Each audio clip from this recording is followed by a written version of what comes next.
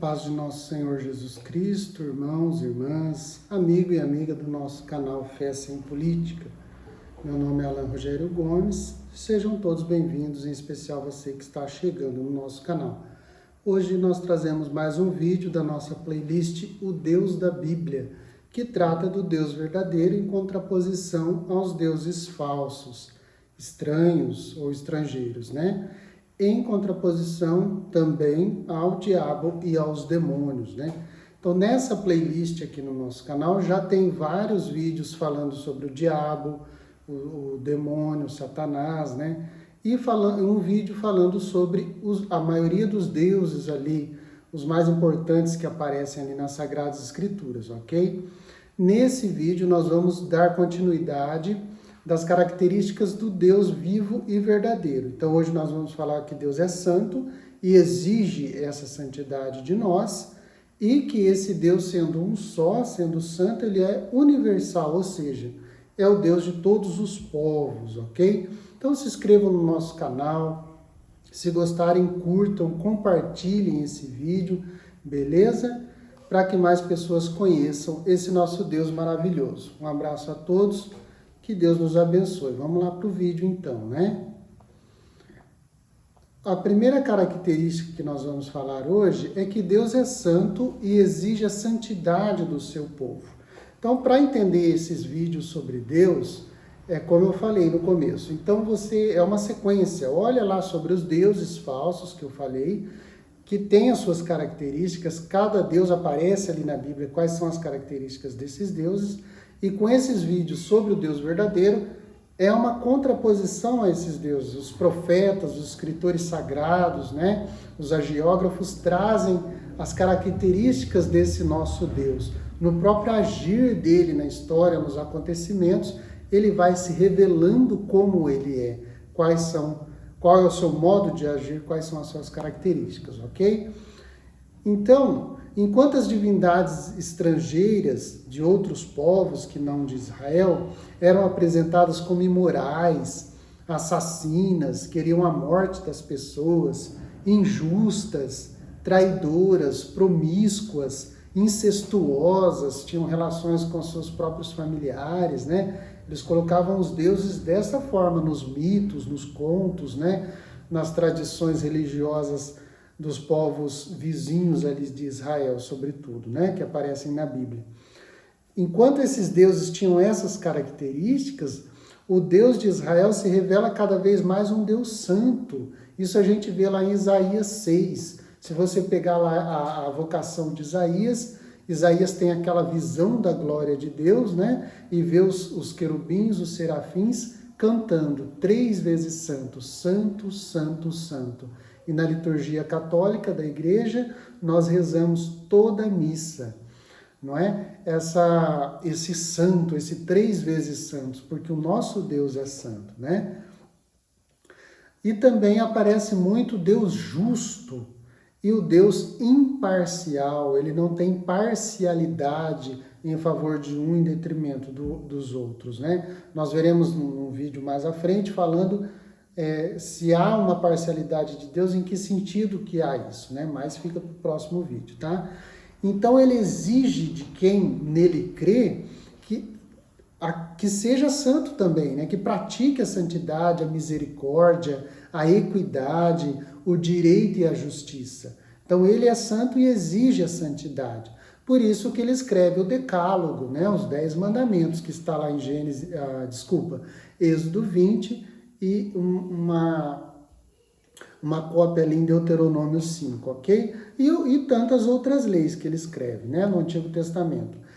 E essas leis, os 10 mandamentos principalmente, não foram revogados por Jesus, mas foram cumpridas, essas leis, e aperfeiçoadas por ele. Olha o que ele mesmo diz lá em Mateus 5, 17 ao 18, né?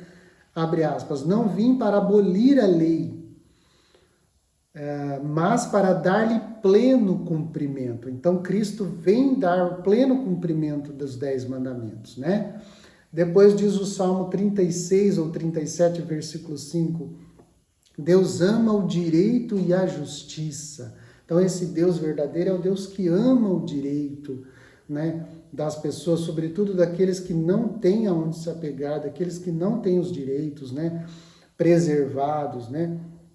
Nós vamos ver isso num vídeo mais para frente, melhor, né? Então ele ama o direito e a justiça. E o Salmo 10 ou 11, no versículo 7, diz assim, simplesmente, o Senhor é justo. Então Deus é justo, o Senhor, o Deus de Israel, o Senhor nosso Deus, é justo. E Levítico 19, 2, sede santos, porque eu, Yahvé, vosso Deus, o Senhor, sou santo. Então, o Deus que nos pede a santidade, essa separação das coisas más, né? Essa separação, sobretudo ali, da impureza ritual, né? E da impureza moral também, né? Então, a pessoa, para se preparar para o culto, né? Em muitas passagens, quando Deus fala da santidade, está nesse contexto também cultural, nesse contexto ritual, nesse contexto moral também, né? Sede santos, porque eu, o Senhor vosso Deus, sou santo. Essa passagem vai ser repetida depois por São Pedro e repetida por Jesus também, né? Em Atos 10, do 34 ao 35, e aqui, gente, todos os meus vídeos que eu vou falando as citações, você pode acompanhar com a Bíblia, tá? Como eu estou falando do Deus da Bíblia, então eu estou citando bastante a Bíblia. Nem todos os meus vídeos eu fico citando a Bíblia, né? Mas essa playlist é o Deus da Bíblia. Então, o Deus que aparece ali na Bíblia, que é revelado na Bíblia e na história de Israel, na história da igreja, né? Em Atos 10, 34 e 35, fala assim, ó, Deus não faz distinção de pessoas, ou seja, ele não julga ninguém de forma parcial, né? Em favor de um em detrimento do outro. Isso que é parcialidade, é escolher um lado, né? Deus não escolhe um lado na hora do julgamento. O julgamento dele é justo e é reto, né? É exato. Mas, aí continua, né? Atos 10, 34 e 35, mas em toda nação lhe é agradável aquele que o temer e fizer o que é justo. Então, em todo lugar do mundo, em todas as nações da terra, quem teme a Deus e faz o que é justo, faz aquilo que é correto, que é moralmente correto, ele é aceito por Deus, ele é agradável a Deus, né? E aí nós chegamos na próxima característica de Deus, que é a universalidade dele, né? Quer dizer, em todas as nações tem pessoas que temem a Deus, que temem esse Deus verdadeiro, fazendo, mesmo às vezes sem conhecer, mas fazendo o que é justo, o que é moralmente correto, né? Então vamos lá, para a sexta característica desses nossos vídeos, né? O nosso Deus é um Deus universal de todas as nações e não apenas de um só país ou povo. Então, os povos antigos, para a gente entender isso, né? Às vezes a gente escuta isso hoje e fala, nossa, mas é óbvio, não tem nem o que falar, Deus é um Deus só e o Deus universal. Não, isso não era claro, né? A gente vê, sobretudo no Antigo Testamento, que isso não era claro para Israel, para o próprio Israel e para os povos vizinhos ali. Por quê? Eles acreditavam que cada povo tinha o seu Deus particular. Então, o Deus tal era do povo tal, o Deus tal era do povo tal. Então, eu já falei um pouco disso quando eu falo lá no vídeo dos deuses falsos, né, que aparecem na Bíblia. Então, se você vai olhar lá, isso fica bem claro, né? Cada povo tinha o seu Deus. Então, esse fenômeno, né, de acreditar que cada nação, cada povo tem seu Deus, ele é chamado de enoteísmo, né? Assim, o domínio de cada Deus estava restrito e limitado ao seu país. Então, o Deus só podia agir, só conseguia agir ali naquele país dele, né? O Deus de Moabe só agia em Moabe, o Deus de Amon só agia em Amon, o Deus da Síria só agia na Síria, o Deus da Assíria só agia na Síria, assim por diante. Bom, porém, o Deus que se revelou na Bíblia consagrou sim a Israel, né? Ele separou Israel como seu povo particular.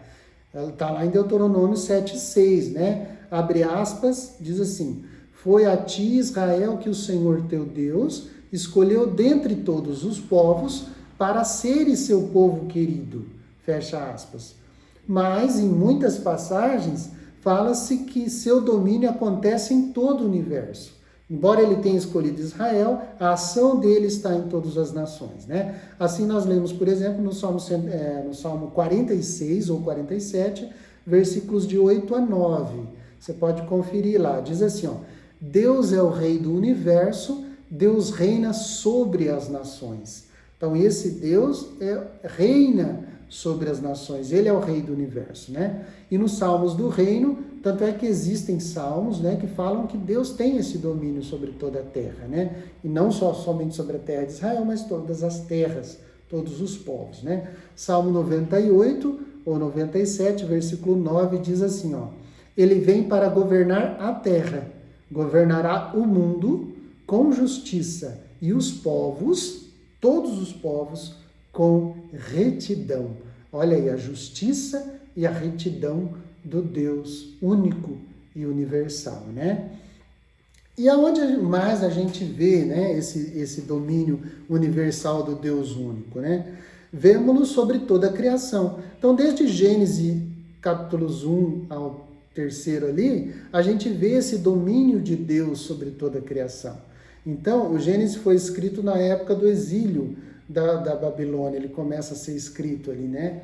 Então, parecia que o Deus de Israel tinha perdido essa guerra contra o Marduk, contra o Deus da Babilônia, né? Então, aí eles entram em crise, os sacerdotes, os escribas, né? O povo entra em crise, fala, nossa, mas Yahvé perdeu para Marduk, né? Por causa dessa noção enoteísta de cada povo tinha seu Deus, então o Deus de Israel tinha perdido de Marduk a batalha, né? A guerra. Marduk tinha ganhado e exilado o povo, né? Então eles começam a refletir sobre isso e eles chegam à conclusão, vendo a ação de Deus também ali na Babilônia, vendo a ação de Deus também em outros povos, eles chegam à conclusão que não, que esse Deus é universal, ele é o Senhor do cosmos, né? Ele é o Criador. Sendo o Criador, ele domina toda a criação, domina todos os planetas, todo o cosmos, né? Todo o universo, toda a história, né? E aí de forma cósmica e de forma histórica também. Deus tem o controle, né? Deus tem o domínio sobre toda a nossa história, né? E aí eles escrevem, inspirados pelo Espírito Santo, com essa revelação, Gênesis, que vai tratar os primeiros capítulos ali, já tratam desse Deus que cria todas as coisas, desse Deus que cria todo o universo, e por isso mesmo ele é o dominador, ele é o Senhor desse universo, né? Onde vemos mais esse domínio de Deus, né? Na vocação de Abraão, porque Abraão foi chamado o pai de uma multidão de povos, né? Então, Abraão, em Gênesis, no capítulo 17, no versículo 5, é chamado não somente de pai de Israel, mas farei de ti, diz o Senhor para Abraão, né? Uma multidão de povos. Quer dizer, Abraão já é profetizado ali como pai de todos aqueles que creem, né? De todos que acreditarem no Deus dele, no Deus de Abraão, né? E assim, agindo também fora de Israel, ele aparece, né? No Egito, por exemplo, quando ele liberta os israelitas ali no Êxodo, no livro do Êxodo, né? Quando ele liberta Israel, quando já nos primeiros capítulos ele se mostra como Deus que viu a aflição do seu povo lá no Egito e desci para libertá-los, quando ele fala que desci para libertá-los, ou seja, ele desce no Egito e ele age no Egito arrancando o seu povo do poder do Egito, né? Assim e aí vai de uma forma real também, Paulo vai interpretar isso, né? Isso foi como uma tipologia, porque o Senhor nos arranca do poder das trevas, esse Egito simboliza as trevas, e nos transporta para o reino, né? Assim como Israel foi transportado para a Terra Santa, o Senhor Jesus Cristo, né, nos transporta para o reino. O Pai, né, nos transporta para o reino, nos liberta do poder das trevas, do poder do Egito antigo, do pecado, e nos transporta para o reino do seu Filho bem-amado, no qual nós temos a redenção e a remissão dos pecados, né? Então, o reino do Filho de Deus é essa terra, não somente prometida, não é essa, mas é essa terra, esse paraíso concretizado, é o reino de nosso Senhor Jesus Cristo, que no frigir dos ovos, lógico, concretamente é a igreja, né? O Pai nos tira do pecado e nos coloca na igreja em seu Filho Jesus Cristo, através da ação redentora de seu Filho Jesus Cristo. Ok? Então, voltando aqui, né? Eu dou umas devagadas, mas vamos voltar aqui. Aonde mais ele aparece? Aparece no Êxodo, como eu falei, aparece na Síria, curando Naamã. Se a gente lê o relato, a cura do sírio Naamã, vai ver que Deus vai lá e cura.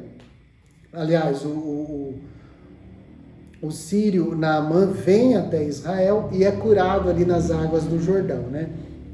E ele leva um pouco da terra de Israel para a terra dele, porque ele tinha essa noção enoteísta ainda, né? Que o Deus só estava ali na terra de Israel, né? Mas a passagem inteira quer dizer isso, que Deus age também nos pagãos, também nas pessoas que ainda não creem, né? Deus age também neles para que acreditem, né?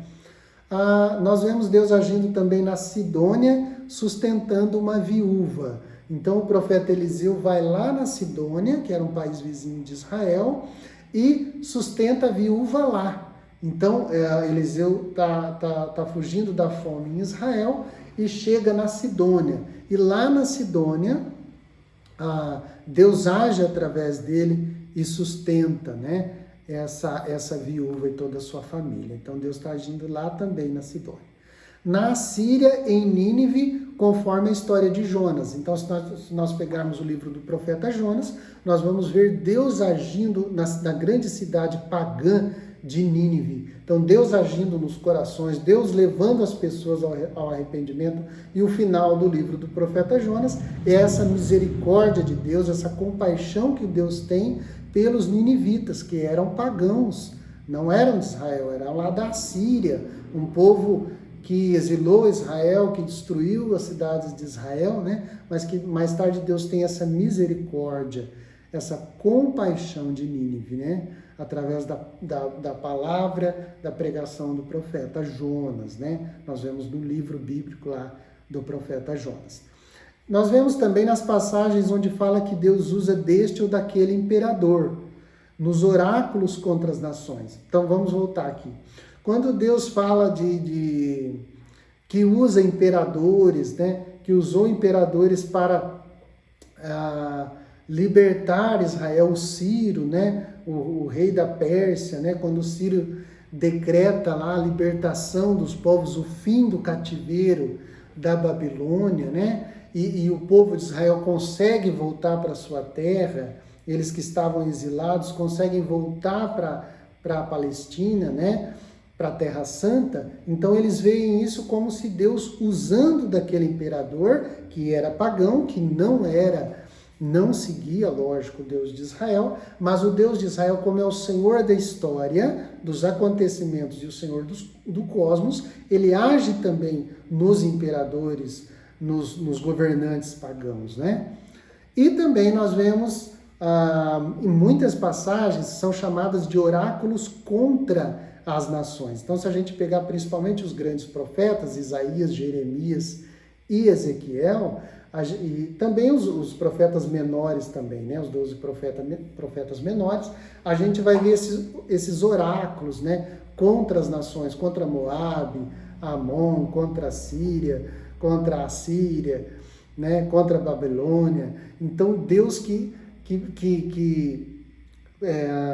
faz esses oráculos e que vai agir contra esses impérios se eles maltratarem o seu povo, né? Se eles continuarem fazendo a injustiça, a opressão, né? As guerras, as destruições.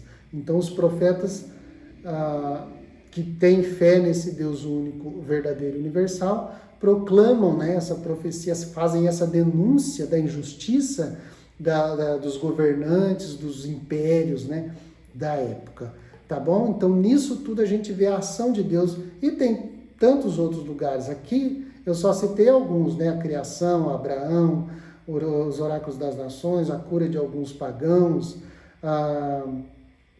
e os oráculos, né? Então, mas tem várias passagens aí que a gente pode lembrar de que esse nosso Deus é universal. Isto não estava tão claro, porque a gente lê a Bíblia hoje, pega a Bíblia hoje e acha que isso já estava claro para todo mundo, né? Que a Bíblia sempre foi assim, que existia a Bíblia. Para começar, nem existia toda a Sagrada Escritura escrita, ela foi escrita em milênios, ela demorou mais de 1000 anos para ser escrita, toda a Sagrada Escritura, né? Então, o povo foi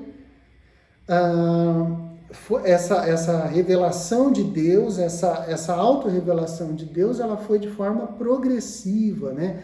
Conforme eles podiam entender, conforme o progresso dos povos, né? O entendimento, a cultura foi se adquirindo ali, né?